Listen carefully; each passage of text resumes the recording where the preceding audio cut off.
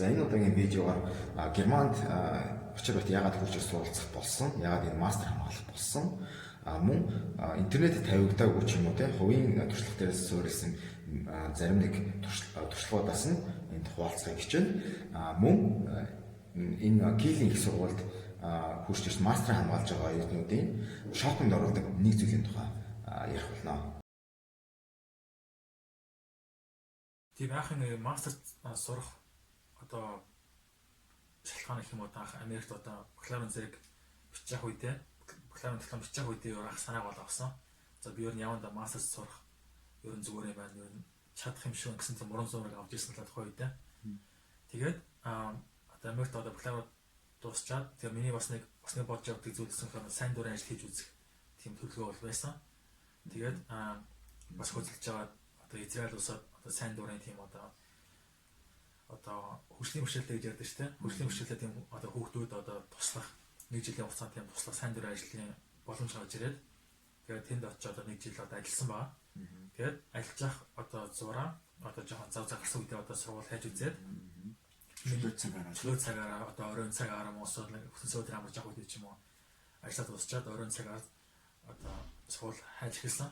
Тэгээд миний хамгийн одоо нэг зорилго нь болохоор одоо үнэгүй сургууль бол эсвэл 100 хүн ахад тэтгэлэг ямар мэлэр авч идэх юм уу одоо сургуулийн төлбөр төлж сурах гэдэг бол энэ үед бол ус хэцүү асуудал байсан л та. Тэгээ үнэгүй сургууль хайж явж байгаад одоо Германд, Норвегт, Унгарт юм одоо гадны оюутнууд одоо монголчууд бид нар ч бас одоо орж болох үстэй сургуулиудыг олж эхэлсэн.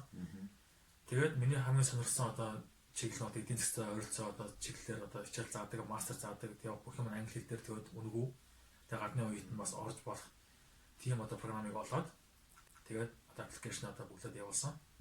Тийм.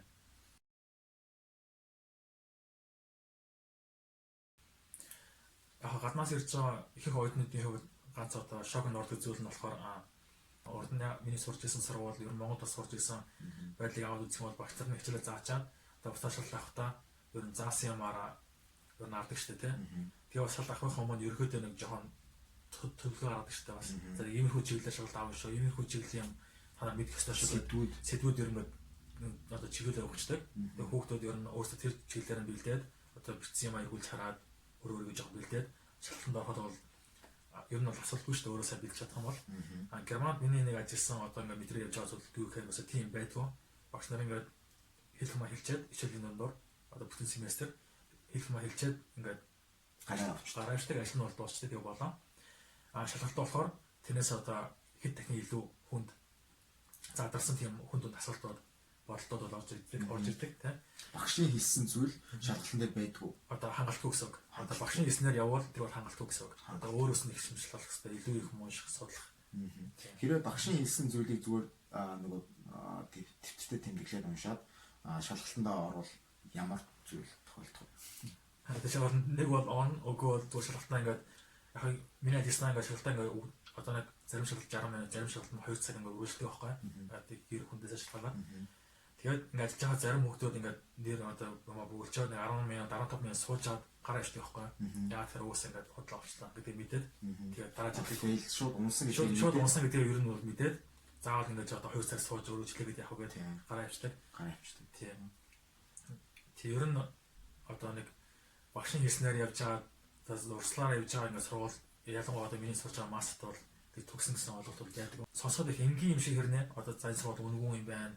За ер нь бол боломжийн юм байна, их чөлөө ихтэй гэдэг юм байна. Ер нь чадах юм байна гэд төгсөн гэхэд бол яг тэр чигээр ингээд одоо урслаар явж байгаа төгсөн гэхэд бол их зөөрөөс их одоо маш хөдөлмөр зүтгэл одоо санаачлаг гаргаж ийж шалгалтаа одоо тавж ийж шалгалтын хувьд бол багшийн заасан зүйл бол хангалтгүй юм. Тэгэхээр заавал өөрөө ирэл хийлж нэгсэндээ багш чинь за энэ чиглэлд яваарай гэж чиглэл гаргах хүчтэй. Тэгэл бусад бүх зүйл бол чиний өөрийн гарт тий. Өөрөө судалгаа юм уу, уншин уу тэр бол профессор тэр багшийн юм бол асуудал биш. Толгойн юм биш тий. Багш бол хэлэх маа хэлсэн. Тэгээ болоо. За шалгалтнаа бэлдээд өөрийгөө дайчлаад судалгаа хийгээд одоо шалгалтаа өгөөд за унуул яах вэ? Яг би нэг бас унжсэн л та. Тэгээ За та бүхэн видеонууд маань таалагдж байгаа гэж найдаа. Дараагийн видеого энд дарж үзээрэй. Эсвэл subscribe хийгэй.